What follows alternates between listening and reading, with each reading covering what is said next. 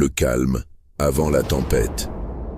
Pendant que les bouchons de champagne sautent à Wall Street, que les indices boursiers atteignent des sommets et que l'économie américaine affiche une croissance robuste de 3,8%, une autre réalité, bien plus sombre, se dessine dans l'ombre.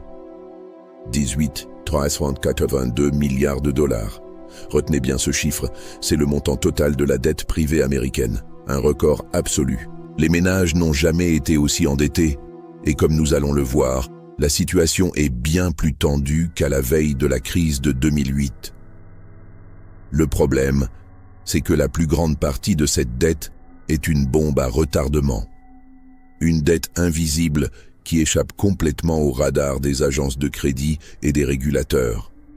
Pendant que tout le monde regarde la partie émergée de l'iceberg, la catastrophe se prépare sous la surface. Buy now, pay later. Avance sur salaire, crédits automobiles subprime nouvelle génération.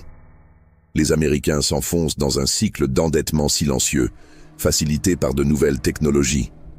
Et c'est là que le parallèle avec 2007 devient absolument terrifiant. La dette invisible et ses nouveaux acteurs.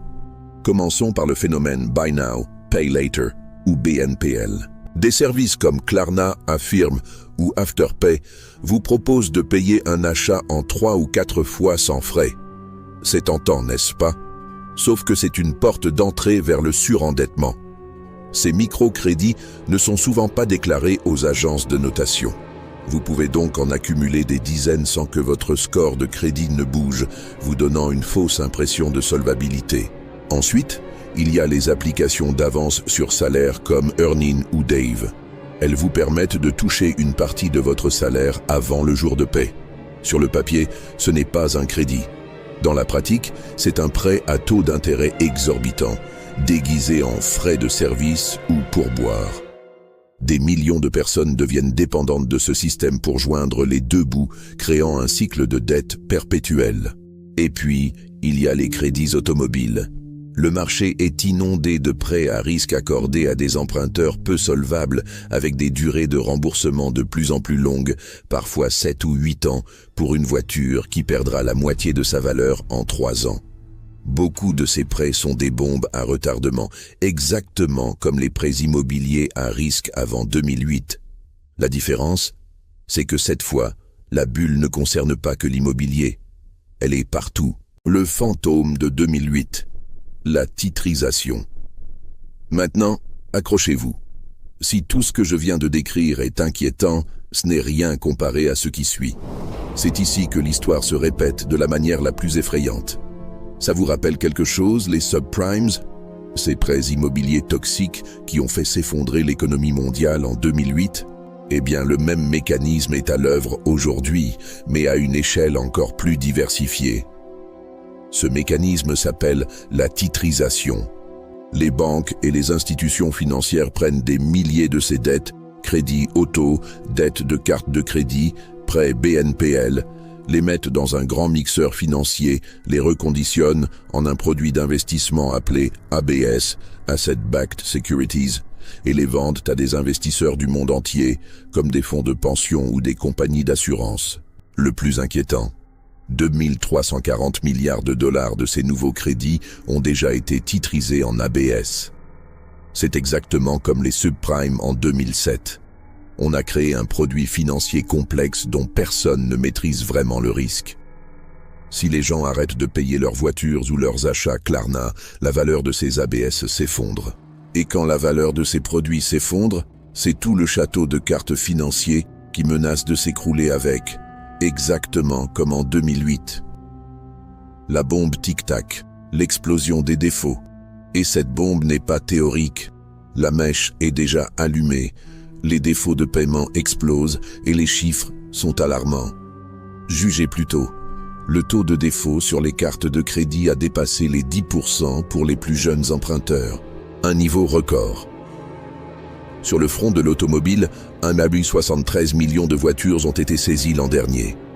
Et pour le Buy Now, Pay Later, le fameux paiement en plusieurs fois, une étude révèle que 41% des utilisateurs ont déjà été en retard sur au moins un paiement.